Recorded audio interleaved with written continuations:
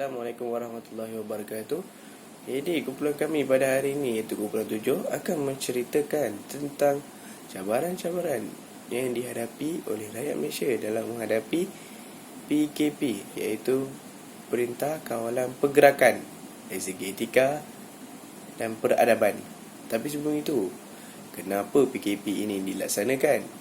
Jadi, seperti yang kita tahu, pada 11 Mac 2020, World Health Organization, iaitu WHO ataupun dalam bahasa Melayu adalah Pertubuhan Kesihatan Sedunia, telah mengisytiharkan COVID-19 merupakan satu wabak yang berbahaya yang sedang melanda negara dan malahan dunia pada ketika ini. Jadi seperti kebanyakan negara-negara lain, Malaysia juga mengambil langkah drastik untuk mengelakkan dan memutuskan rantaian COVID-19 ini daripada berleluasa dan menjangkiti orang lain. COVID-19 ini merupakan satu virus yang dibawa oleh haiwan liar yang seperti kita ketahui, seperti kelawar.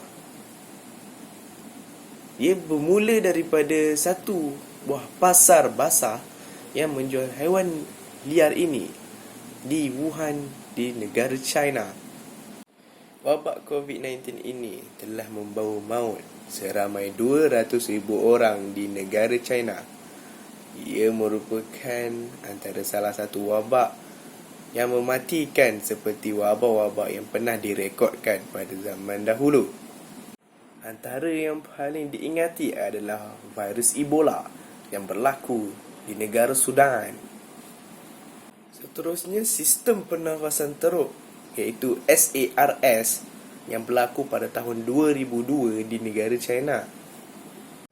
Dan juga sindrom pernafasan Timur Tengah, iaitu MERS-CoV pada tahun 2014. Dan juga satu virus yang telah melanda negara kita pada tahun 1999, iaitu virus Nipah. Oleh itu, untuk mengelakkan COVID-19 ini daripada berjangkit, pihak Kesihatan Kerajaan Malaysia telah membuat langkah-langkah pencegahan yang mana memberikan kesan yang positif, yang sangat positif untuk negara berbanding negara-negara lain. Berikutan daripada peningkatan kes COVID-19 ini dari hari ke hari akibat kemunculan pelbagai kluster, pihak kerajaan telah menukar langkah pembendungan ke langkah mitigasi, iaitu mengetatkan segala pergerakan keluar daripada rumah tanpa ada alasan yang munasabah maupun kerja. Kaedah ini nampaknya menunjukkan hasil yang positif kerana bilangan kes COVID-19 berkurangan dari hari ke hari. Langkah-langkah pembendungan meliputi pengenapastian kes yang cepat, mencari kontak rapat pesakit, menguji sampel dan pengasingan kes yang disyaki dan disahkan positif, iaitu kuarantin. Bagi langkah mitigasi pula, objektif utama adalah untuk menjauhkan diri dari sosial, mengelakkan orang ramai berkumpul, menutup sekolah, institut, IPTA dan sebagainya, bekerja dari rumah, mengurangkan perjalanan yang tidak perlu seperti balik kampung dan lain-lain lagi yang tidak munasabah. Ini sangat mengganggu kehidupan sosial dan memerlukan kerjasama dan komitmen orang ramai, terutamanya rakyat Malaysia, bagi membendung penularan wabak COVID-19 ini. Di Malaysia, kita mempunyai masa untuk mula mempersiapkan diri sekiranya keadaan bertambah buruk. Dan tindakan kementerian dalam melaksanakan Perintah Kawalan Pergerakan haruslah diberikan kredit. Hal ini kerana negara Malaysia merupakan negara yang berjaya membasmi wabak COVID-19 ini dari berleluasa hingga menyebabkan kematian yang melibatkan ramai orang. Oleh itu, apa yang perlu dilakukan oleh rakyat Malaysia adalah lindungi diri anda dan orang yang anda sayangi dengan mengetahui fakta tentang COVID-19 ini dan melakukan langkah-langkah penjagaan yang sewajarnya seperti yang telah diberitahu oleh pihak Kementerian Kesihatan Malaysia. Ikuti nasihat yang telah diberikan oleh Agensi Kesihatan Awam serta patuh kepada arahan yang dikeluarkan, dan janganlah keluar rumah sesuka hati. Jika tidak, anda akan disaman.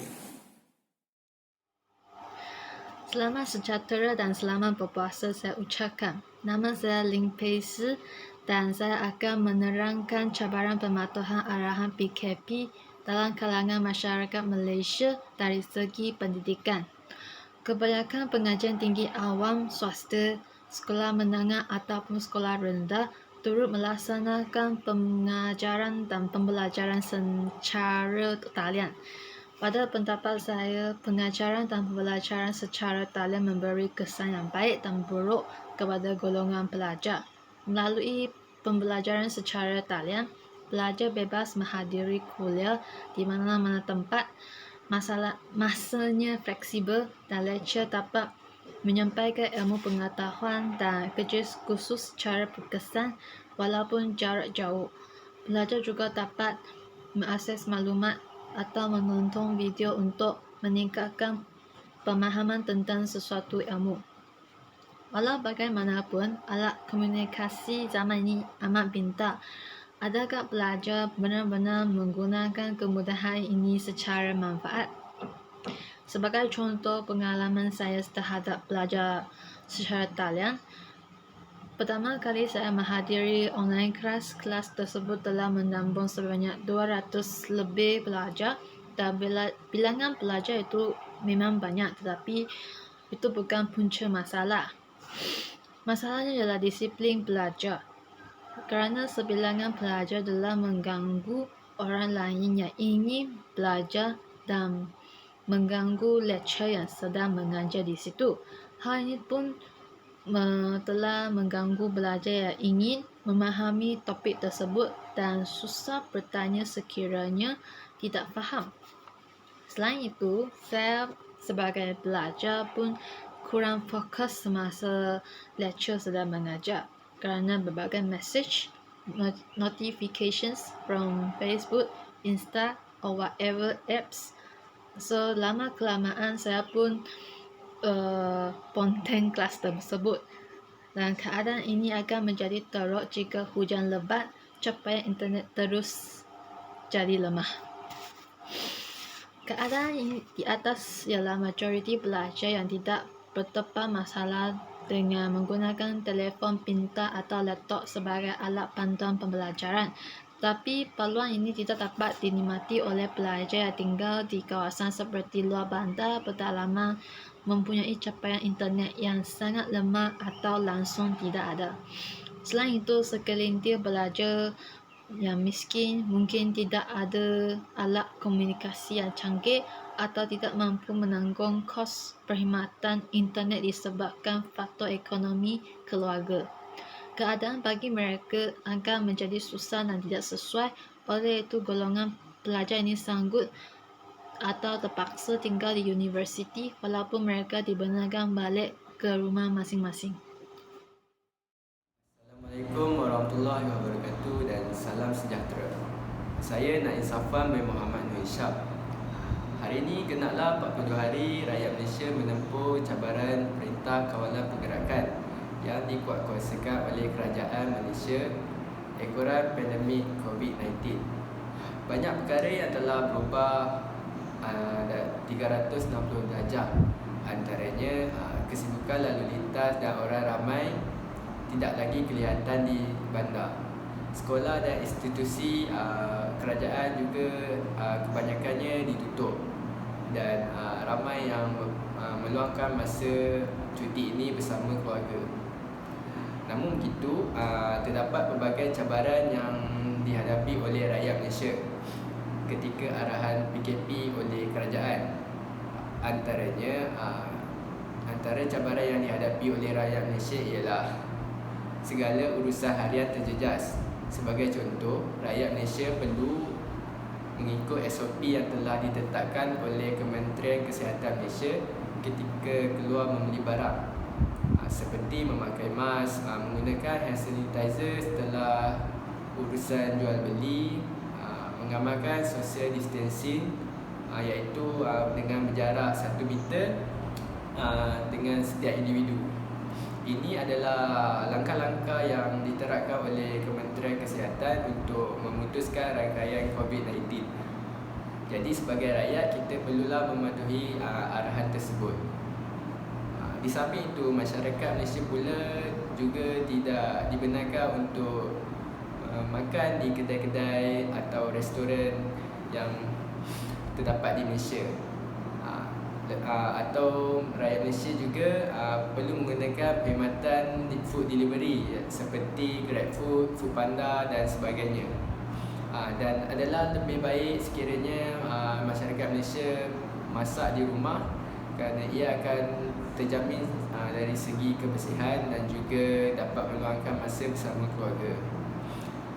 Jika kita lihat dari sudut positif, Perintah Kawalan Pergerakan ini juga banyak kebaikan di samping membentuk etika dan adab masyarakat Malaysia. Sekian, terima kasih. Assalamualaikum dan salam sejahtera kepada semua. Jadi nama aku Ali, aku nak cerita tentang isu yang berkaitan dengan ni lah, cabaran untuk mematuhi area PKP dari segi etika dan budaya. Jadi kita dapat tahu bahawa benda ni satu benda yang terkejut dan secara tiba-tiba di negara dan di seluruh negara. Kita tahu virus ni, virus corona virus atau dikenal sebagai COVID-19, kita tahu bahawa benda ni senang merembak melalui sentuhan dan sebagainya. Jadi kita tahu benda ni ramai yang panik. Dengan itu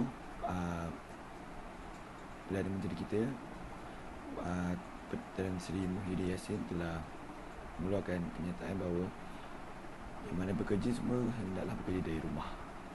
Jadi benda ini adalah satu yang mengejutkan bagi pekerja atau bagi majikan yang mempunyai company sendiri, mempunyai syarikat sendiri dan yang bekerja sendiri. Jadi mereka terpaksa bekerja dari rumah. Tapi ini sebagai satu langkah untuk kita menghentikan rangkaian virus ini. Jadi kita nak dapat tahu bahawa kita kena mematuhi arahan ini untuk kebaikan bersama. Jadi antara cabarannya ialah kita terpaksa berdepan dengan benda yang baru, bekerja dari rumah atau work from home ni. Pelbagai cabaran seperti kita tidak seperti pekerjaan kita di office. Kita tahu di mana di office dengan suasana yang kondusif, berbeza di rumah dengan adanya anak-anak, dengan adanya sekitaran yang mengacau lah. Jadi kita boleh diambil pada sudut positif juga. Contohnya seperti kita dapat belajar benda baru melalui aplikasi yang kita tahu sekarang, Zoom, Webex dan Google Classroom dan sebagainya. Benda ni dia ada positif dan negatifnya. So cabarannya kita terpaksa juga belajar untuk bekerja dari rumah. Ni sepanjang arahan PKP ni kita hendaklah patuh supaya kita dapat memutuskan rangkaian virus ini. Sekian daripada saya. Assalamualaikum warahmatullahi wabarakatuh dan salam satu Malaysia. Sebelum itu saya ingin memperkenalkan diri saya. Nama diberi Muhammad Aiman Ibrahim. Saya akan bercakap tentang cabaran pematuhan arahan PKP. Ramai mungkin tidak menjangkakan krisis wabak COVID-19 ini telah membawa bencana yang lebih besar kepada ekonomi Malaysia berbanding dengan krisis-krisis lain seperti perang dagangan antara China dan Amerika Syarikat. COVID-19 menjejaskan kesihatan ekonomi negara melalui 3 saluran utama. Yang pertama, sektor pelancongan dan sektor-sektor berkaitan terjejas akibat sekatan kemasukan pelancong asing dan kawalan pergerakan yang menjejaskan aktiviti pelancongan domestik. Yang kedua, sektor-sektor ekonomi dalam negara terjejas akibat kesan rantaian bekalan global. Sebagai contohnya, saya beri pengeluaran sektor automobil dan topeng muka terjejas kerana kekurangan pengeluaran bahan mentah di negara-negara terjejas akibat COVID-19. Sebagai contohnya negara seperti China. Sektor pengangkutan udara juga terjejas kerana syarikat penerbangan terpaksa menghadkan dan memberhentikan seketika operasi penerbangan segmen luar negara. Yang ketiga, guna tenaga perniagaan terjejas akibat daripada pekerja-pekerja yang terkena jangkitan dan juga arahan sementara kawalan pergerakan penduduk. Akibatnya pengeluaran barangan dan perkhidmatan akan berkurang. Sekian itu daripada saya. Terima kasih. Assalamualaikum warahmatullahi wabarakatuh. Nama diberi Muhammad Ainuddin bin Azman. Jadi hari ini saya ingin mengupas lebih lanjut tentang cabaran yang dihadapi oleh rakyat Malaysia dalam menghadapi PKP, iaitu Perintah Kawalan Pergerakan, dari segi aspek pencemaran alam sekitar. Seperti yang kita ketahui, PKP ini bukanlah satu benda yang baru. Ia merupakan satu virus yang telah tercetus pada akhir Disember tahun 2019 dan berlarutan sehingga ke hari ini pada tahun 2020. Jadi, kerajaan Malaysia telah menggunakan satu langkah yang sangat efektif dalam mencegah penularan wabak COVID-19 ini, iaitu dengan cara Perintah Kawalan Pergerakan. Pada hari ini, Perintah Kawalan Pergerakan sudah memasuki fasa yang ketiga. Jadi, apakah yang kita dapat lihat dari segi aspek pencemaran alam sekitar? Di Malaysia ini, seperti yang kita tahu, terdapat dua sungai yang saya baca. Dua sungai yang telah nyacemak. Satunya di Pasir Gudang, iaitu namanya Sungai Kim Kim. Sungai Kim Kim di Pasir Gudang, Johor. Pada mulanya, sungai ini berwarna kehitam-hitaman kerana sisa toksik yang dilepaskan, yang dibuang oleh kilang-kilang yang berdekatan sungai itu, menyebabkan sungai itu kotor. Namun apabila PKP ini telah dilaksanakan, maka kilang pun tidak beroperasi, maka tiada sisa toksik yang dilepaskan ke dalam sungai. Jadi seterusnya, sungai yang kedua, saya akan memberi contoh sungai yang kedua, Sungai Melaka. Seperti yang kita ketahui, Sungai Melaka merupakan pusat pelancongan di negeri Melaka. Hal ini kerana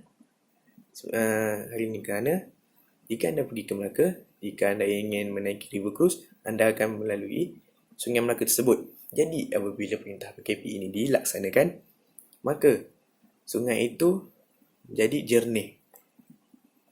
Kerana sebelum ini terdapat banyak aktiviti yang dilakukan, tapi selepas PKP ini dilaksanakan, maka tiada sebarang aktiviti dilaksanakan. Baiklah, dari segi flora pula, iaitu binatang buas ataupun haiwan liar, kita dapat lihat bahawa misalnya di negara Israel, Tel Aviv, di negara Israel, terdapat sekawan serigala yang berkeliaran di taman tersebut. Mereka, haiwan-haiwan tersebut, tidak berasa gentar terhadap manusia yang berada di sekitar taman tersebut, seperti tiada apa-apa yang berlaku.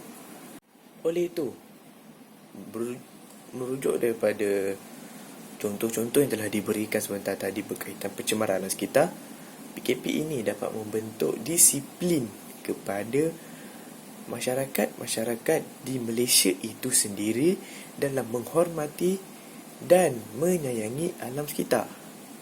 Ini termasuk juga kepada flora dan juga fauna. Tiada lagi pencemaran sungai, tiada lagi pembakaran hutan secara terbuka, tiada lagi pembalakan haram dan juga tiada lagi pemburuan haram. Sekian saja daripada saya, Muhammad Ainuddin. Terima kasih. Jadi kesimpulannya di sini adalah rakyat Malaysia perlulah menjaga kebersihan diri masing-masing.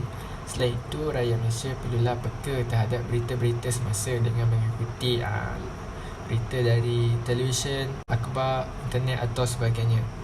Selain itu, rakyat Malaysia perlulah kekalkan jarak 1 meter di antara satu sama lain. Dan kalau boleh elakkan berkumpul di tempat yang ramai sepanjang tempoh Perintah Kawalan Pergerakan ini. Semoga rakyat Malaysia sentiasa cekal, tabah dan sabar menghadapi dugaan yang melanda dunia ketika ini. Sekian saja daripada kumpulan kami. Sekian, terima kasih. Hashtag duduk di rumah. Hashtag hapus COVID-19. Hashtag Allah uji sebab Allah sayang. Hashtag kita baik ramai yang sayang. Sekian, terima kasih.